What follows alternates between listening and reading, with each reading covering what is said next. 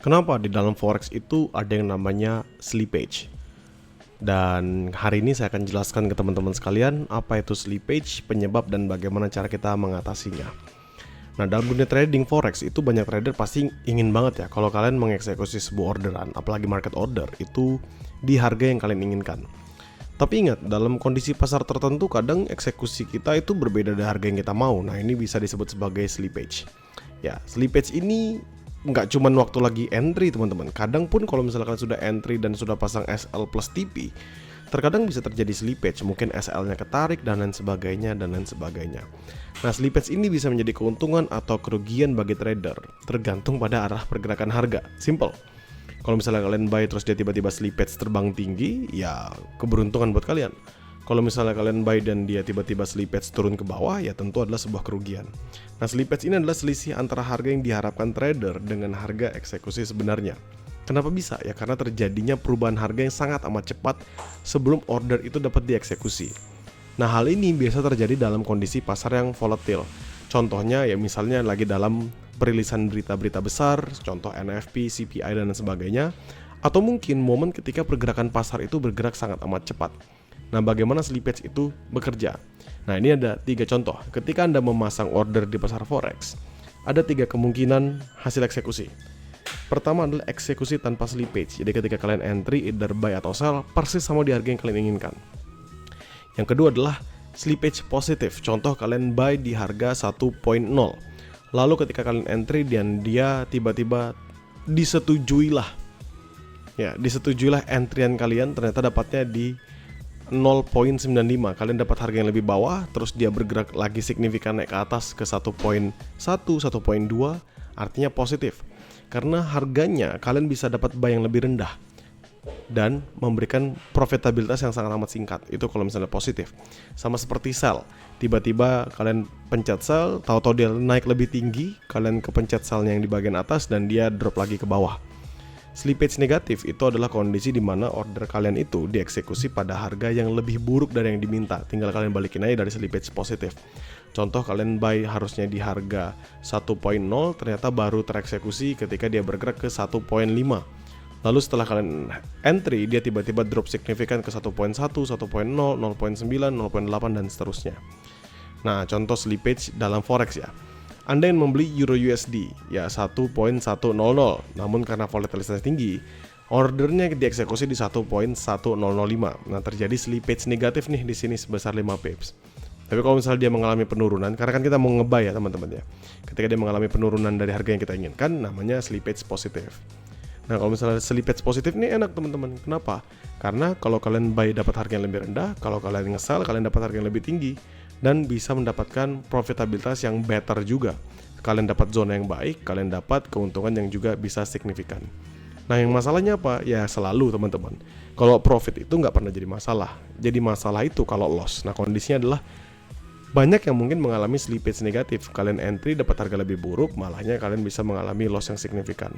Nah, tadi saya sudah bilang slippage itu terjadi dalam beberapa hal. Satu, volatilitas tinggi, rilisnya berita ekonomi, atau misalnya order yang diajukan trader mungkin tidak bisa dieksekusi tepat waktu, atau bahkan ketika momentum internet itu bisa terjadi. Karena sepersekian milisecond itu bisa mempengaruhi banget teman-teman dalam market order yang kita jalankan. Lalu likuiditas pasar. Semakin besar atau semakin tinggi likuiditasnya, maka slippage-nya itu akan jauh lebih kecil. Kenapa bisa lebih kecil?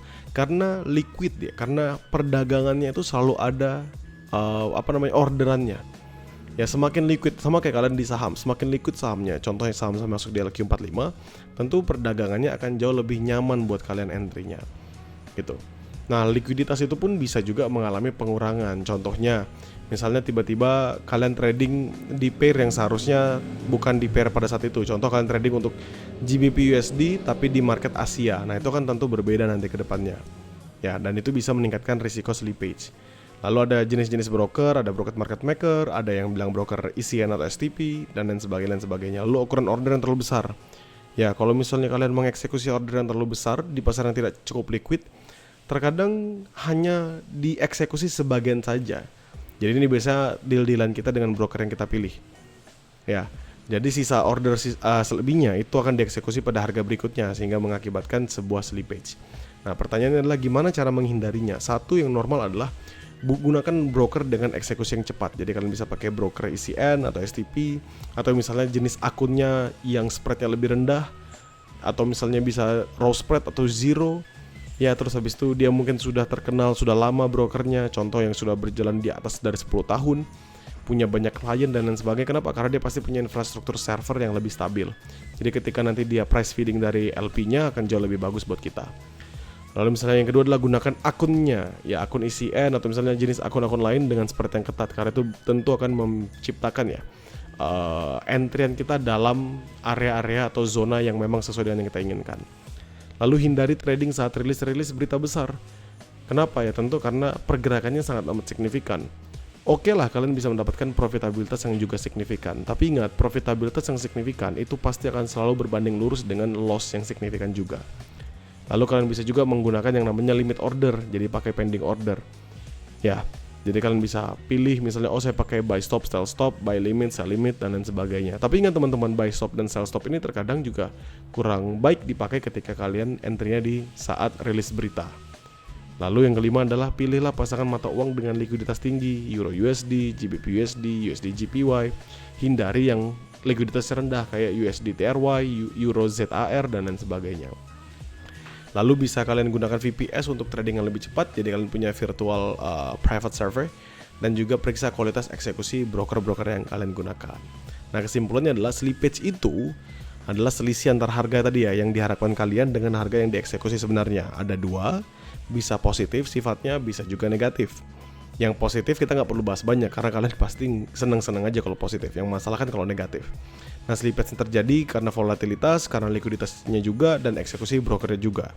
Nah, kalian bisa menghindari dari masalah slippage ini dengan yang sudah saya jelaskan tadi, 7 poin yang sudah saya jelaskan. Semoga kalian bisa paham mengenai slippage dan juga bisa menghindarinya, sehingga kalian nanti bisa mengoptimalkan strategi trading kalian dan mengurangi risiko kerugian akibat eksekusi harga yang tidak sesuai.